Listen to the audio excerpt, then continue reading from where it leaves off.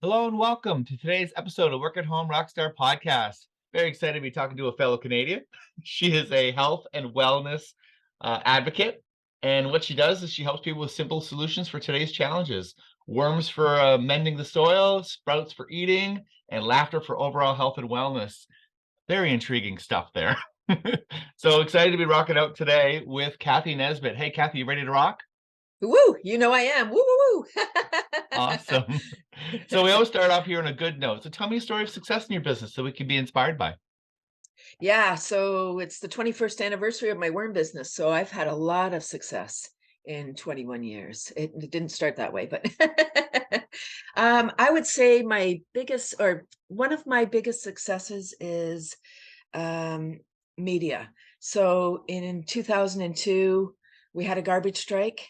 I'm located north of Toronto. So in Mhm. Toronto, there was a garbage strike. And if you're going to have a garbage strike, it might as well be in the summer.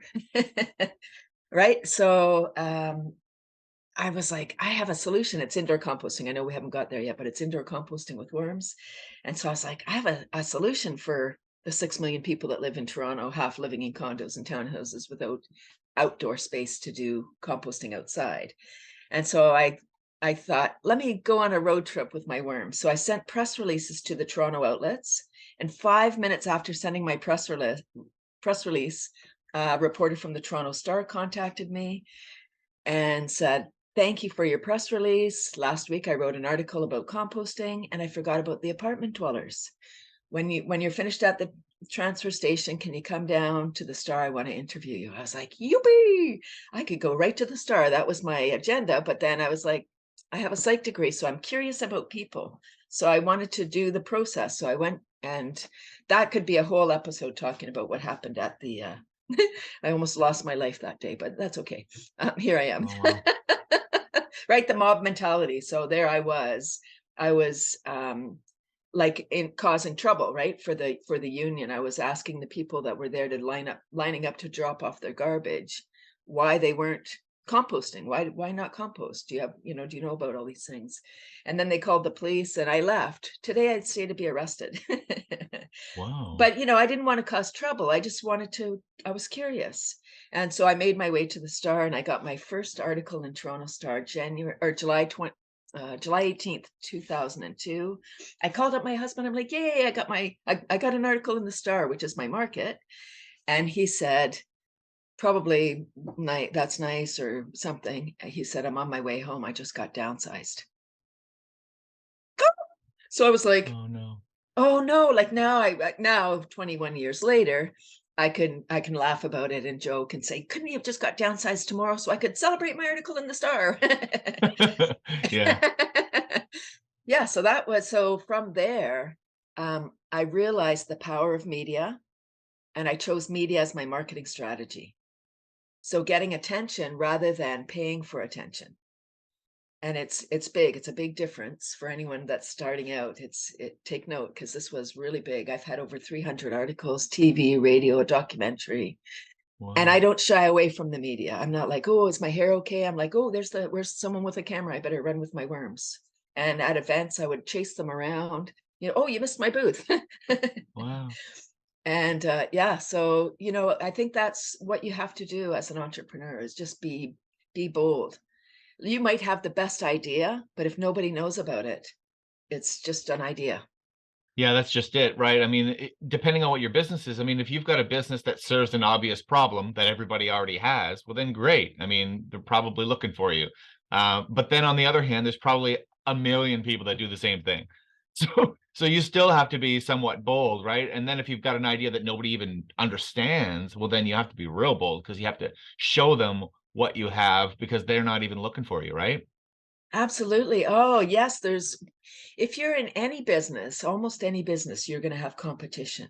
So rather than be one of many, you want to be the Yep. only one doing what you're doing, Yeah. Yeah. Yeah, So beautiful. which is what niching down means, right? It means figuring out what it is that you do that nobody else does, right? Yeah, Absolutely. that's Yeah. awesome. So with the good notes, sometimes comes some bad notes, and it sounds like that story was wrapped up with some bad notes. I'm wondering, like, can you share with us something that didn't go as planned and how you recovered?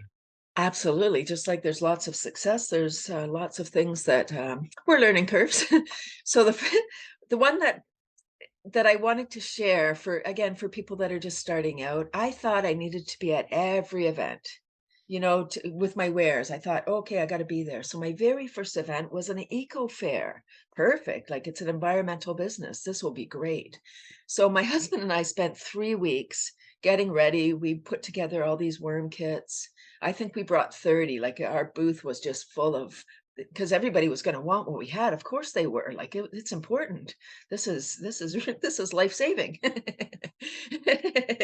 Okay, and so the whole day went by. It was actually a weekend event. So the first day, nothing. The second day, not that people didn't come to talk, just there was no purchases, nobody, Yeah. no sales. Yeah. And then my in-laws arrived kind of at the end of the show. It was an outdoor event. And so my mother-in-law said, oh, I'd like to get one of these worm bins. So I made one sale to my mother-in-law. And when she left, I said to my husband, I didn't even give your mom the family discount. It was my only sale. Yeah.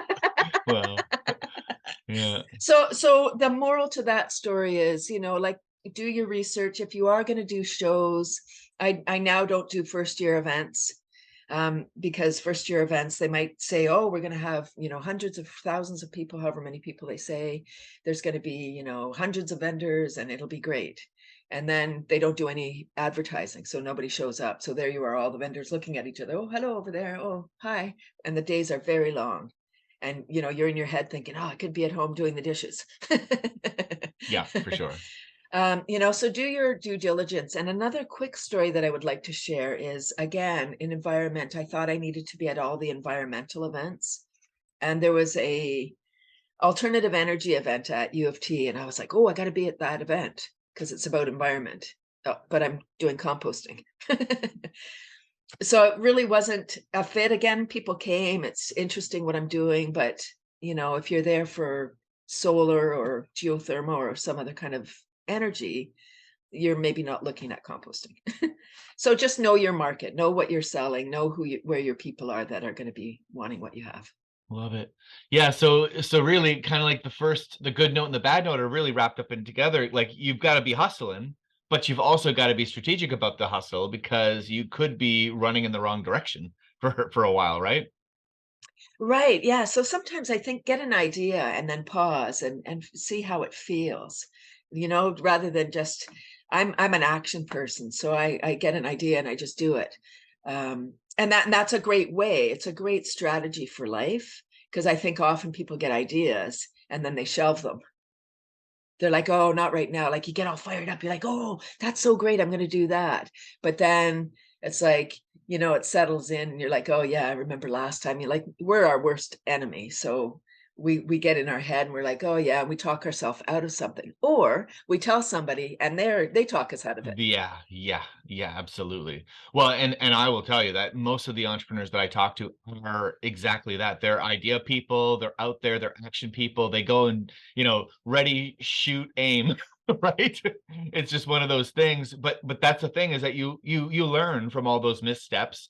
And usually you end up, eventually attracting somebody that can be, your kind of counterpart that sort of goes, okay, let's be more strategic about the way that you go. So they're kind of like directing you a little bit, right?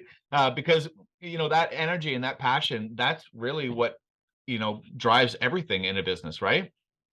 In life, I think in life, in order to have, well, not in order, but to have a great life, I get an idea and then take action. Like they say, knowledge is power. Knowledge is only information without action. Yeah. Yeah. I agree. Action is power, Action is power. implementing. Mhm. Absolutely. Yeah. That's awesome. That's so good. So now, okay, let's talk a little bit about practice makes perfect or practice makes progress, however you want to talk about it. Because, in life, I mean, things are always changing and we always have to keep up on things, right? So how do you approach, just staying on top and honing your craft? Yeah. So I'd like to switch into laughter at this point. So I wasn't doing worms and, oh gosh, about 2012, one more person said, ooh, worms in the house. So then I was about to doff my worm mission because I thought I can just get a job and it would be a lot easier. I made a couple of mistakes in that the business model that I chose was selling worms by the pound. Before being an entrepreneur, I didn't have any entrepreneurial experience, and there was nobody in my family or my friends, my circle, that we're all had employee mentality. So I just had this idea, I saw this huge problem and had a solution. So just started my business that way. Not necessarily recommended, but here I am still here, and I'm making a huge impact on the planet. Yeah. I have a good life because I'm doing good work. So I was introduced to laughter yoga in 2012, and it saved my worm business. It really kept me in my business because it allowed me to get out of my head and realize when people say, "Ooh, worms in the house," it's not my problem. It is because they're not buying, but it's their issue. And yeah, I would take that personally. When somebody said, "Ooh, worms in the house," it would be like they were saying, "Ooh," about me. And they Yeah. weren't. They were saying, "Ooh," about the concept. And it doesn't even necessarily mean that they don't want to do it too, does it? No, no, of course not. No, and I have a psych degree, so I'm fascinated by people. And I'm meeting all kinds of people as adults who were traumatized as children in the schoolyard after a rainy day, somebody chasing them around, a sibling maybe putting a worm down their shirt. And if you're traumatized as a child by something, you're not looking to that as a solution as an adult. Like, you're not listening to that podcast or reading that article. Like you're like worms. Nope. And not even consciously. It's just like you're flipping the page. I've met a lot of people, like teachers. I do a lot of school workshops, so the teachers will be like, "Oh, they'll see me at an event. This is really great idea, but Yeah. I'm afraid of worms. What do I do?" And I say, "Here's what you do: you have the worms in, you bring the worms in, you have the children manage the worms, but you let them know how ridiculous your fear of worms is." Because it's just the fear is just the unknown. Like if you're afraid of the dark, you don't know what's going to happen when you turn the lights out. Same with the worms. If you're afraid of worms, it's just that you think like that something's going to happen. They're going to get out, or they're going to whatever, be all over your house, or whatever you're thinking. So it's just fear. So I say, bring them in, have the kids manage them, and then eventually you will overcome your fear of worms as well, because the kids will be like, "Wow, look at this." And it's really a magic process watching the worms convert this food scraps and paper into black gold. Like Imagine. it's beautiful. So now how does the laughter yoga work then? So laughter yoga is it's not doing yoga and laughing, it's just laughing. It was started in 1995 by a medical doctor in India, Dr. Madan Kataria, and his goal is world peace. So there are clubs around the world. I believe we're around 120 countries now. North America's a late adopter, so yoga's kind of just arriving. Laughter yoga's still in the ocean somewhere. So it's either generally 30 minutes or 60 minutes for a session. And as the laughter yoga leader, there's clapping and chanting, and you're leading the way. So it's little games to inspire the laughter, but the prime objective is just laughter. So deep diaphragmatic breathing, gentle movement, and then you feel great. Like, ever heard laughter's the best medicine? Yes, I have. Right? It is. It's not just a saying. When we laugh, we're secreting the love drugs, dopamine, oxytocin, serotonin, and endorphins, versus cortisol and adrenaline when we're stressed. And when we're laughing, we're oxygenating our beautiful body. Like, oh, I did that in reverse. So the brain requires 25% more oxygen than the rest of the body as an operating principle. So when we're stressed, we're not breathing properly. Our body's not getting what it needs. For sure, our brain isn't. Ever lost your keys? Yeah. Right? You're flapping around. Where are my keys? I got to go.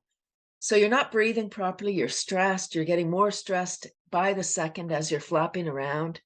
So you need to, anyone listening, I can't stop you from losing things. Sorry, how Canadian. What I can do is offer this tip. Next time you're flapping around, just stop, take a deep breath, laugh it off, and then apologize to everybody.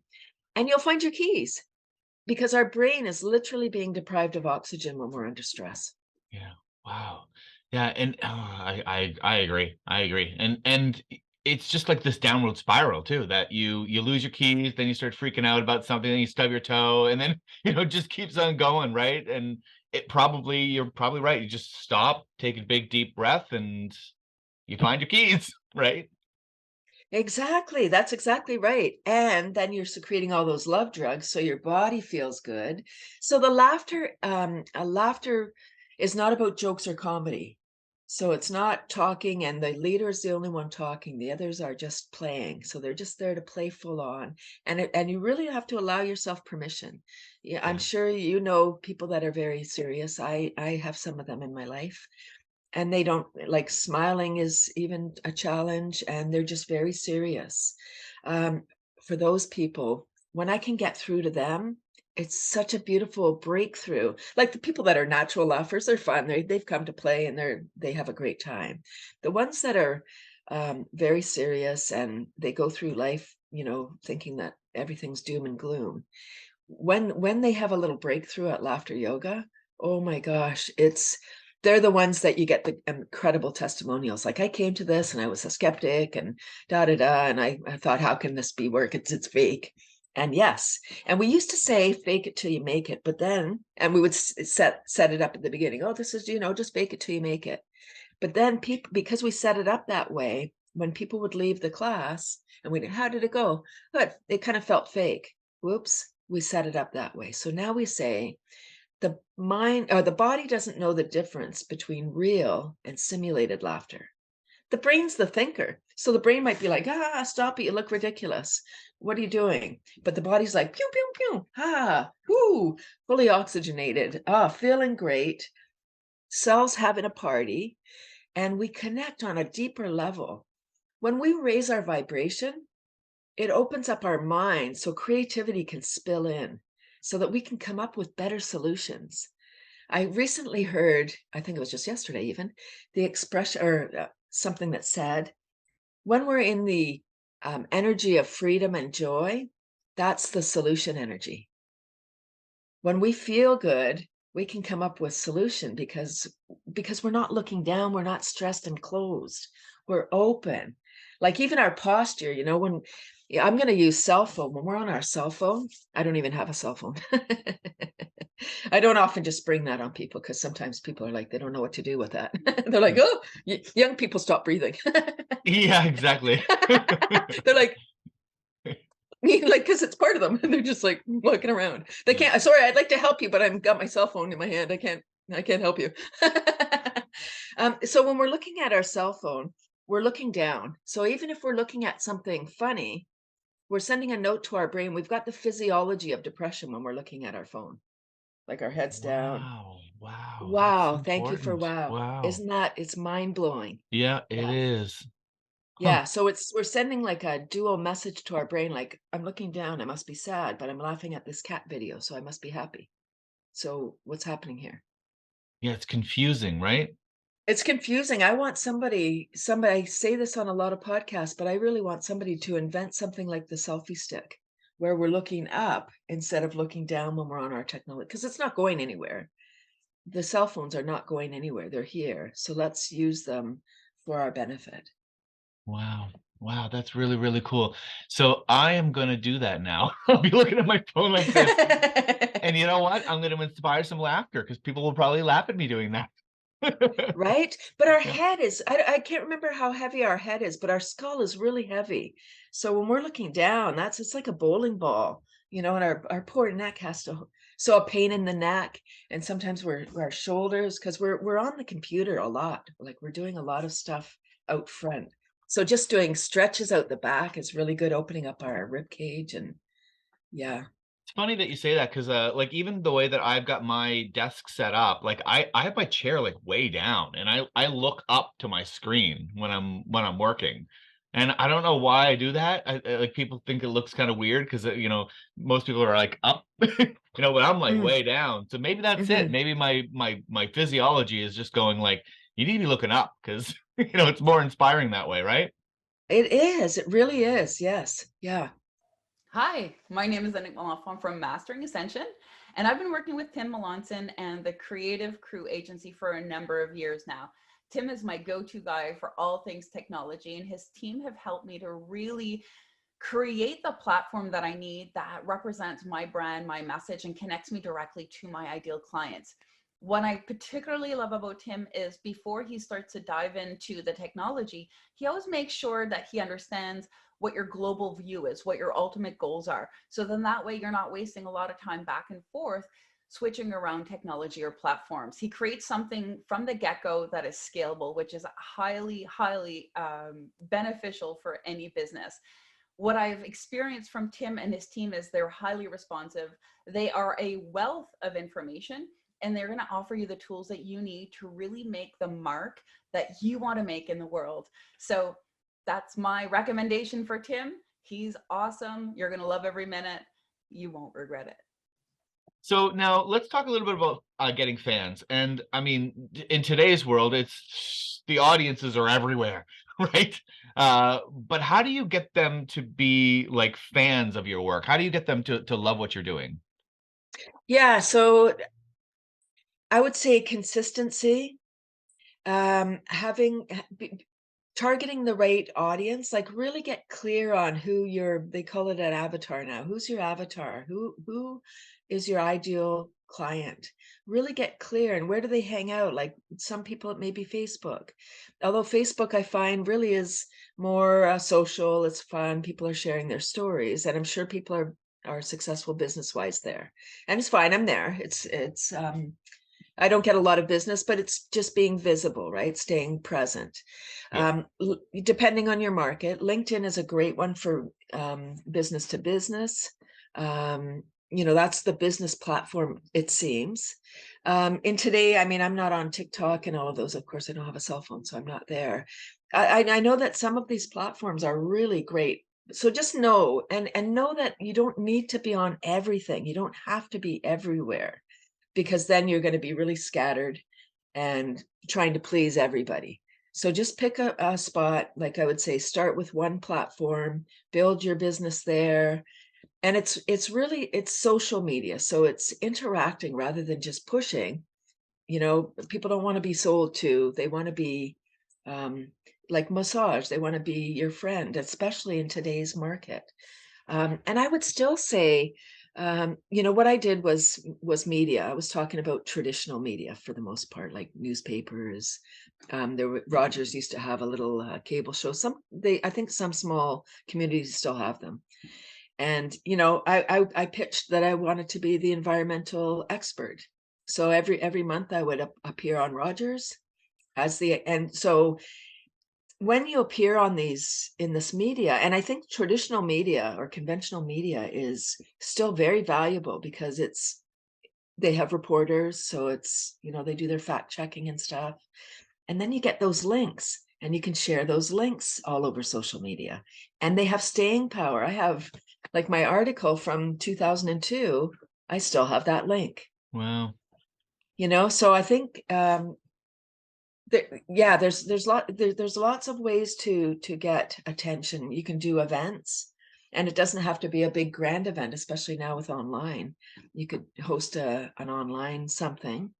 I would just say keep on massaging. You got to keep in touch with people. It used to be 7 hits that people needed, and now it's, I don't know, they say some like 20, 24 or 27 hits that people have to see your stuff, and we're bombarded by stuff.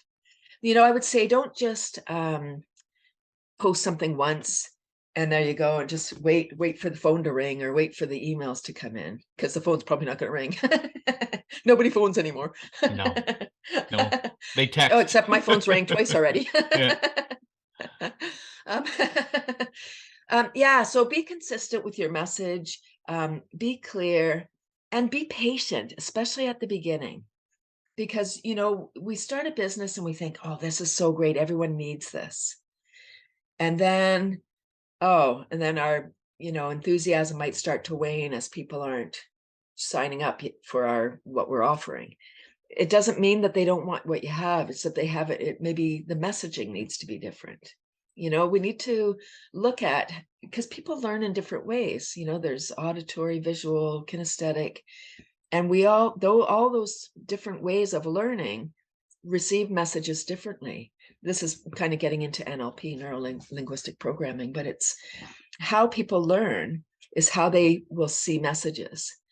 So I'm visual and I'm kinesthetic. So I talk a lot about I see you, I'm seeing, like I use those words.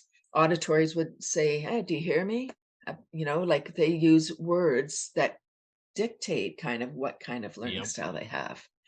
So if you can incorporate in your messaging all those styles like visual, audit, and this is like pretty high level learning, but if nobody's heard of NLP, right? But it's really getting clear on your message so that you can reach the people that you need to reach. Right on. Well, I certainly recommend that anybody who's listening to this look up NLP Absolutely. because I mean it's absolutely all the best sales trainers that I've ever met so far have used NLP in some way. Either there's some sort of masters at it, or they at least have researched it. So it's definitely worth taking a look at if you haven't heard of it before. But yeah, it really does. It does give you some clues on how to speak to the client that's in front of you. Because I mean, it's not trickery or anything like that. It just literally is. Some people see things. They need to see things. Some people need to hear things, right? Some people need to do things. Just that's the way it is, right? And so if we can sort of understand who we're talking to, then we can communicate with them better, because sales really is more about sharing, and it's less about convincing. It's more about helping them to see the solution that they're looking for. Oh, especially in today's market. Yeah. Yeah. Or hear the solution, or do the solution. Depending on, Or obviously feel it. obviously I'm visual, right? Well, visual, it's interesting because my husband and I work together. So I'd be talking, and if he leaves the room, I have to follow him. And he's trying to get away from me. Yeah. It wasn't until we took this training that I realized, oh, he actually needs time. He's audio digital, which is like really the rare one. And so as a visual, I need to look at you. I want you looking at you. I want to see your eyes when we're talking. That's me. I need to look at you. I want to see you in the face. I don't walk away, because I can't talk to the back of your head. Yeah. And so that's just what I learned about myself. Oh, interesting. So it's interesting having different modalities. And in our messaging, we can bring those things that speak to different learning styles. Love it. Love it. So now the next topic I want to talk about is the instrument of choice. And I'm sure we've spoken about a few of them just now, but is there anything else you want to add to the instrument conversation? Yes, I would. The instrument of choice for success, this is more personal, and it's about self-care. So I think working from home, we don't have the social part. We don't have like going to get the coffee and you're at the water cooler and whatever, and you get to socialize with the people that you're working with, or bounce ideas off. No, we'll knock on the door. Hey, what do you think about this? We don't have that. And so it can be lonely if you're working on your own. It can be very lonely sometimes. And so I would say make sure that you take care of yourself. Don't get into your head. And if you're stuck, somebody gave me this advice early on in my business, and it was, if you're working from home and you have a deadline, you got to, map out, you got to, hammer out something, and you're stuck, get out, like go out of your house. And it sounds counterintuitive. It's like, no, I have a deadline. It's like, but it's not working. So go out, go for a walk around the block, or go and do some deep breathing outside. Just change this scenery, change your scenery, and do some jumping jacks, or do whatever it is that you need to do to change your state so that you can come back with fresh eyes. And then, you'll get inspiration just going outside and saying hello to the sun. If you have the Wow. sun, we don't have the sun today. That is such a big gift. It's really hard because you're like, our mind is like, oh, I got to do this thing. And so it's counterintuitive to want to walk away from it and just take a break, but it's essential. And then you'll have a better final product. Oh, I love it. I can attest to that. And actually, I can use a music analogy as well. So I'm not sure if you play any instruments, but in learning an instrument, like when I was learning guitar, for example, you start working on a little piece, and it seems as though the more you work on it, the worse you get. Mm. It just seems that way. Like it's like you do it the first time, you're like, oh, that was almost right, and then you do it again, and it gets worse. And then you walk away from it, you come back, and it's there. And it happens all the time. And I mean, if you speak to any musicians, and I think that it has something to do with what you just said. You're you're beating your head against the wall, but then you walk away from it, you get into another state, you come back, and it's there again. Just the same thing as your ideas are, right? You walk away from the computer, you come back, and oh, the solution is there. But if you sit there trying to stare at it, I don't, it's got to be psychological on how that works, but it just, that's the way it works, right? It is, and I think it has to do a little bit with stress, because when we're trying to do it, we're trying so hard, we're stressed, again, we're probably not breathing properly. We're like, our heart's probably racing, like, I gotta get this thing done. So going away, breathing, it just opens up. Like, we are energy. We are energy. That's all we are. It's just energy, just a frequency. So if you're feeling sad, it's a frequency. If you laugh, it changes your frequency. You start vibrating at a higher level. Wow, I think you're right. That probably is it. It's probably a combination of stress and breathing. Because you are right. When you're trying to find something, you're trying to do it, not only are you looking down, but because I'm on a guitar, I'm looking down and I'm struggling with it, and I'm probably not breathing right, and I'm probably tensed up. And then you walk away, you come back, you pick up the guitar with a nice, like, light, airy feel, and you shoo right through it. And you're like, oh, there it is, right? Absolutely. Yes. I love that you said I'm right again. Love it. Well, okay, so it's time for your guest solo. So tell me what's exciting in your business right now. What's exciting is laughter yoga. During this cuckoo time, I would say since 2020, March 2020, to be exact. I mean, I've been laughing since 2012, really laughing since 2020. And so what's exciting in my life is laughter is taking off. I keep getting paid gigs, bringing laughter to corporations. So for team building, morale, better brainstorming, again, the creativity coming in. Nobody's skipping that day at work, right? It's so fun, laughter day. I'm working with special needs, long-term care. I mean, it's so beautiful. And during this past 2 years, I've taken a deep dive into laughter. Why is laughter the best medicine? Why does everyone say that? And it's scientifically proven. There is research around the world in various areas.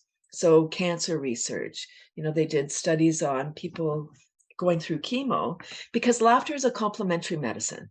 It's not like, oh, laugh and you don't need to take your antidepressants, not right away, like not after one dose of laughter, right? But Yep. eventually you will be able. So with the chemo folks, they did research on people that were getting their treatment. So they had them laughing, they had the whole team laughing before doing the chemo. And then when they came out of their chemo, they had fewer side effects, and they just, were able to incorporate the treatment better. I mean, there's just so much research that I could talk about. There's, for people that are struggling with addictions, there's now laughter therapy, because when we're laughing, we're secreting the same drugs that you have your addiction, Yeah. right? We drink, do drugs, we eat, sex, whatever we do to get those hits. Like, we want to get those feel good chemicals. So imagine being able to just laugh. Like, what a cool thing. Wow. Yeah, that's amazing. Oh, I love it. I love it. And it's one of those things where we've sort of, like, especially chemo, like all these, like, very sad situations that are in, it's probably even more difficult to try to laugh, and you feel like you're even out of place laughing in those circumstances, but that's what needs to happen, right? It really does. I was several years ago now. I received a call from somebody who knew me from with worms, but then knew that I was now doing laughter. And it was from a hospice, a small 10-bed hospice. And 9 people of the 10 passed in one weekend. And that's what they do. I mean, that's their work. But she said it was a lot. It was a lot for one weekend. And she asked if I could come in and do a laughter yoga session for the staff and volunteers. And I say yes to things. And I'm an empath. As soon as I hung up, the grief shooshed over my body. And I was Yeah. like, holy moly, what am I going to do now? What do? I didn't know what to do, but I said yes.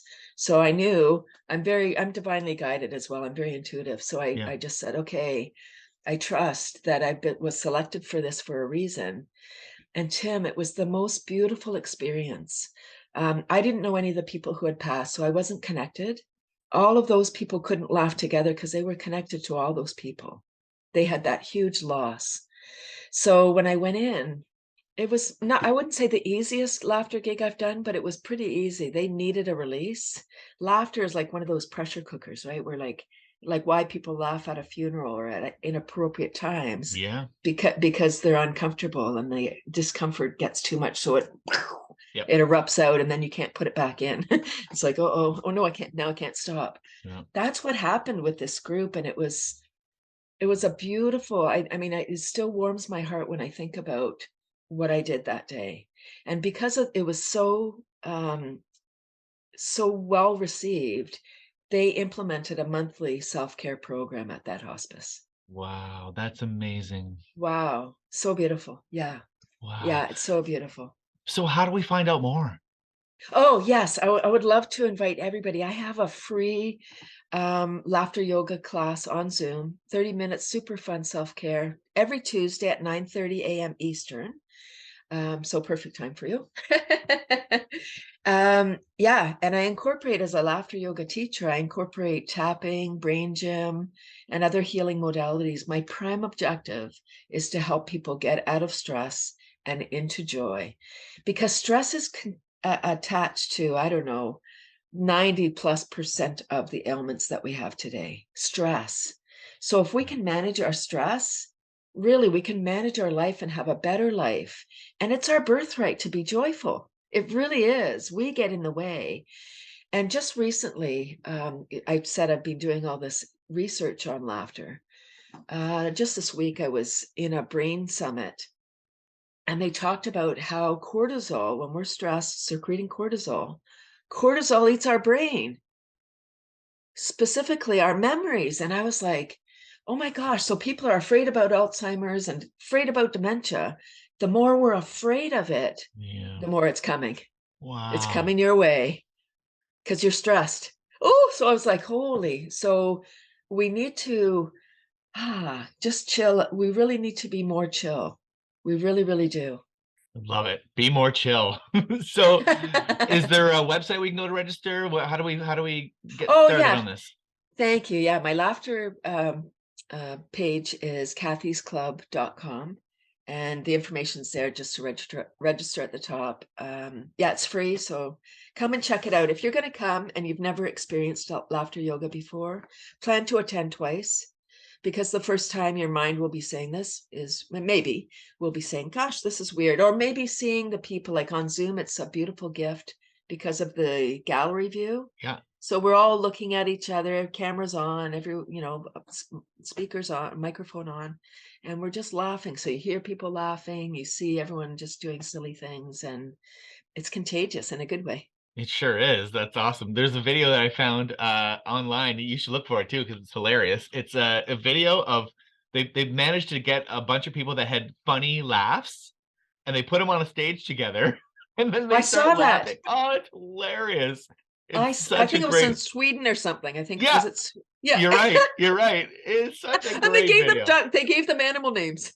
Yeah, oh, it was so funny. So I can picture it being something like that. You're looking at people, someone starts to laugh. That's funny, because you're right. Laughter is contagious, right?